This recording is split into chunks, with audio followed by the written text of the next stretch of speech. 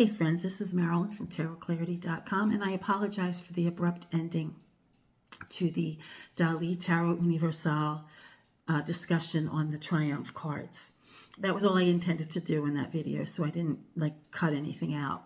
But whenever I push a button to flip the camera around, there's always a chance that I'm going to mess up, which is what happened. And all I was going to say was my send-off, peace, be well, and be brave.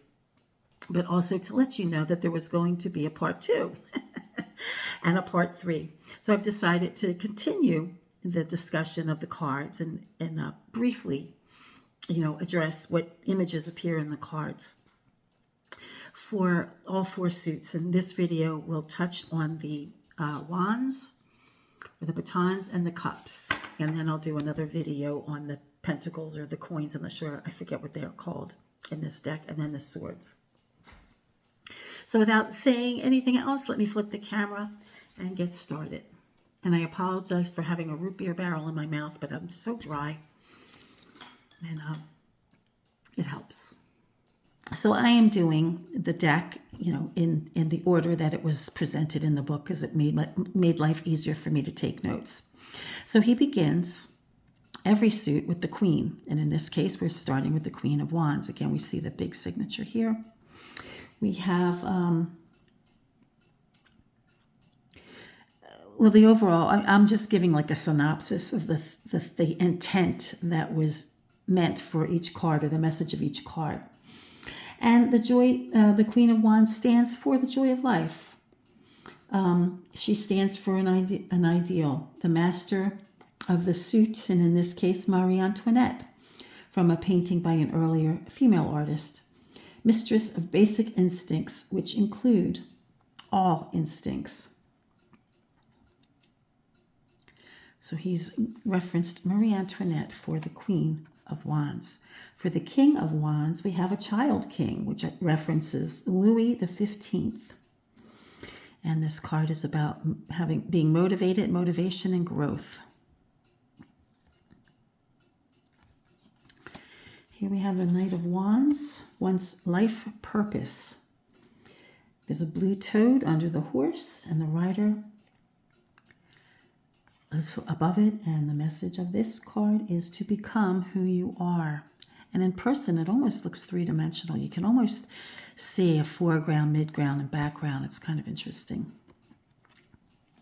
The Page of Wands is a card about being self-involved.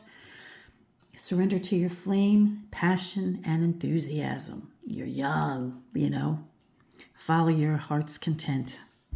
Now remember, this is Dalí's deck. So Dalí's intent, or whoever was the force behind this deck, they had intent for each card, right? So as we interpret the cards, our meanings may not be the same as what the meanings were to Dalí. We have to understand that when any time a deck creator creates a deck of cards, a tarot deck, unless they're just copying a system and they're not really tarot readers themselves, a person who is a reader will put their own 2 cents into a deck. I mean, I think it makes sense. So the interpretations I'm speaking may not relate to anything that I feel about the cards or what you feel. It's just, I'm just giving commentary on this particular deck. And this is a part 2. So the Ace of Wands, check it out. We have hands, and we have, notice, a deck of cards, a hand being played maybe. They look like they're the same suit. Personal drive, what motivates a person? It speaks of fire, transformation, like a transformational process and rebirth. So these are the intents of this image. The Two of Wands, basic instincts, which are hard to handle. There's always a solution. The oversized bird, maybe a phoenix, a bird of fire. So we're getting a connection of rebirth and also a fire with the suit of batons or wands. 3, wanderlust, yearning for faraway places, at the same time having a desire for what's close, and having a desire for intimacy and closeness. Yet at the same time, wanting to see the world. So it's wanting to expand your experiences beyond what is immediate. The Four of Wands, dance, sing, and be merry seems to be the message in this card. Creative endeavors are born out of testing our limits. The Five of Batons, Five of Wands. It stands for the human will, and will is constantly being reshaped, being pulled in multiple directions. Don't spread yourself too thin. So it's a chaotic image, isn't it? Here we have 8 Wands. Garnering momentum, accepting one's strengths and weaknesses, makes you stronger and more flexible. Make peace with your inner child. Make peace with your imperfections. And basically, this is a card of adulting, in his view. Here we have 7 of Batons. In the background, there's scenes from rural life in ancient years. And notice that there are multiple hands and being, breaking into the frame of the picture. Just because something is being handed to us doesn't mean we have to accept it. Just because an experience comes our way doesn't mean we have to accept it.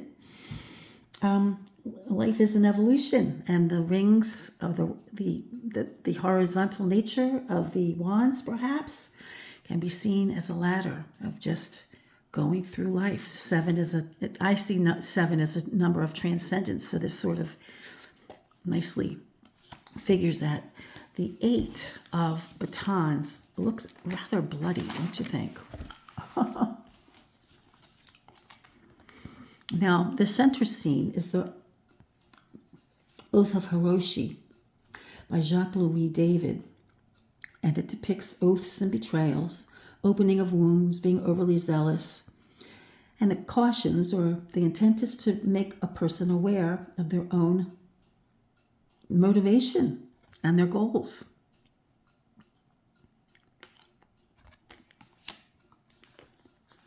Nine Batons, heightened personal awareness to overcome primal fears. And we have someone like a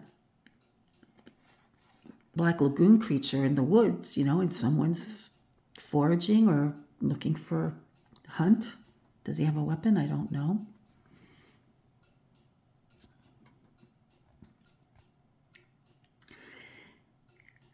And the written part for the card said to trust your perceptions. 10 Wands, a bad conscience or a superego is part of the mix. To accept a bundle, to accept a burden, means to accept life and tasks. Could be a Christian reference to accepting one's cross to bear it in life.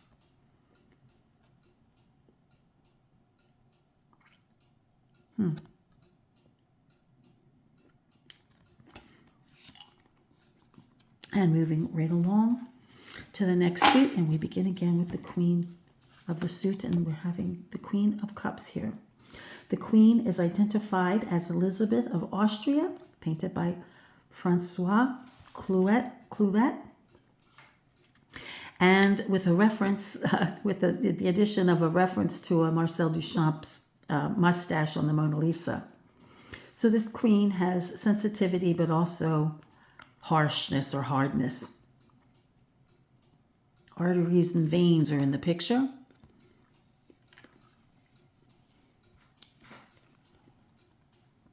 Curious image.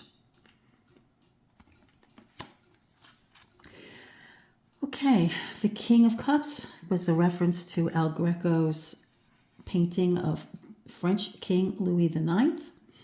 He's inside some type of test tube or some kind of vessel.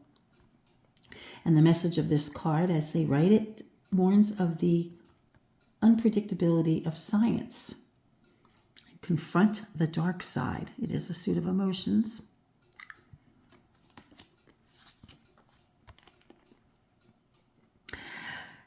The focus of this Knight of Cups is a reference to a painting by Jacques-Louis David of Napoleon, who is dominated by the overblown head, the oversized head of a woman, maybe, suggesting being imprisoned by your heart with big emotions, having something, having a task to do, but you're too dominated by your emotions or attentions elsewhere.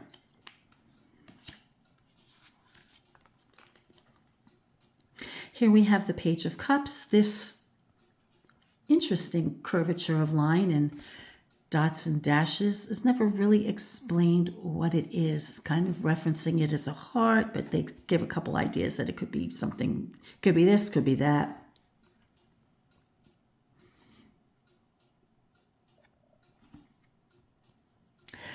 And the message of this card, or the intent of this card, is one who wears their heart on their sleeve.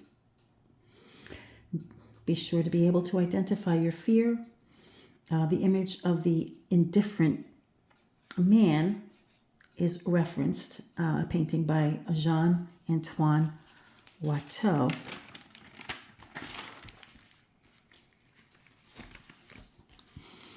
And cautions us to be careful or cautious with our emotions. Be a free spirit, but don't play with the emotions of others or even with your own. So I'm not saying that these are the meanings that I ascribe to the cards. I'm just sharing, the information I understood from the book.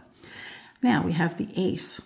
Interestingly, we see wings behind a chalice, but the wings also become the profile of a man and woman. They could either be seen behind the cup or alongside the cup. There's a reference to the vastness of the sea and the irony of the small containment of one single vessel. But this card clearly attaches the suit of cups with water and the emotions. This was a complicated story.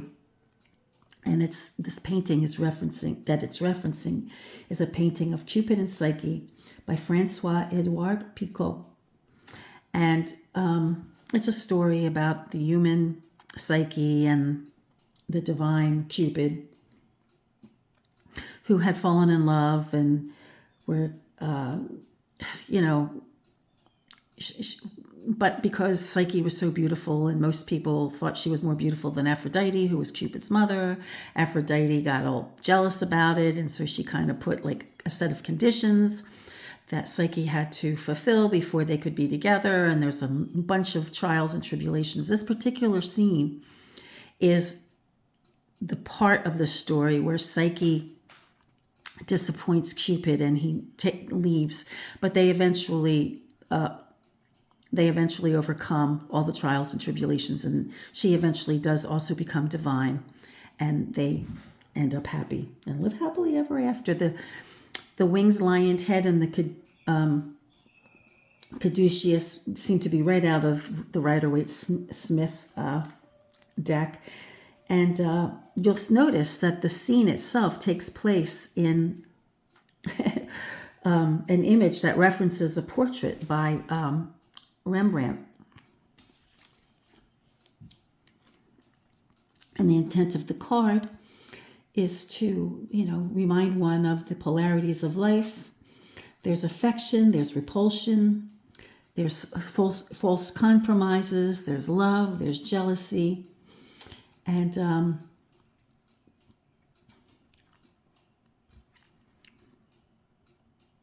so it's just to understand that there's love, or the emotions are multifaceted.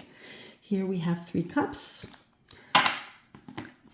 referencing the 3 graces, the 3 fates, or even just 3 wishes. All good things come in threes. It's a lucky and auspicious card according to their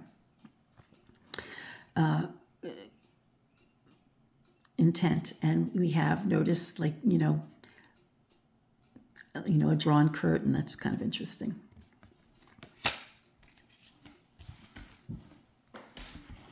Sorry, I'm following my script.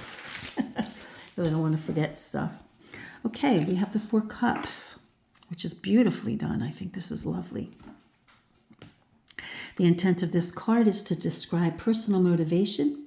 We see a young man is rooted at the foot of the tree. And this card encourages us to find refuge within ourselves, and also challenges us to stop brooding.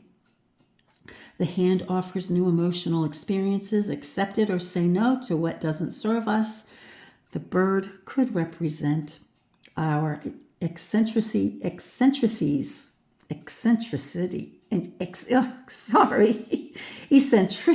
Oh my goodness, I don't know what's the matter with me today. And flights of fancy. Five Cups, what to let go of, what to build upon, right? What to let go of, what to build upon, and crossing a threshold, building upon what we have to go forward.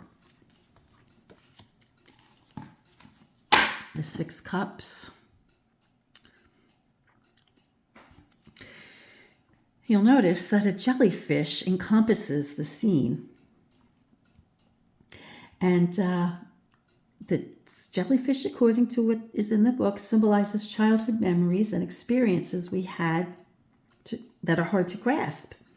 Reflections onto past experiences, take what was good and let go of the pain and move on. I think that's the gist of that card.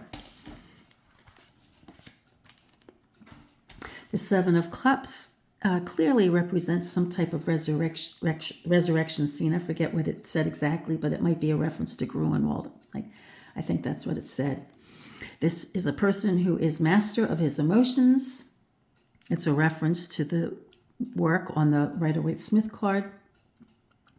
Proceed visually with lots of choices, but proceed wisely.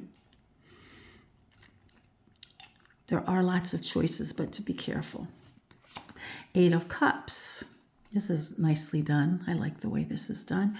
We have the frenetic energy of two flies, which represents our nervous twitches, our nervous systems, our nervous biorhythms. But we need to be aware of our inner flow, right? Life is a journey, and our flow should be with purpose and not with frenetic energy. No, that's kind of that's a cool understanding of that card. Okay, where are we now? I think this is Nine of Cups, which I traditionally see as a wish fulfillment, but I don't know that this intent is intended to be that.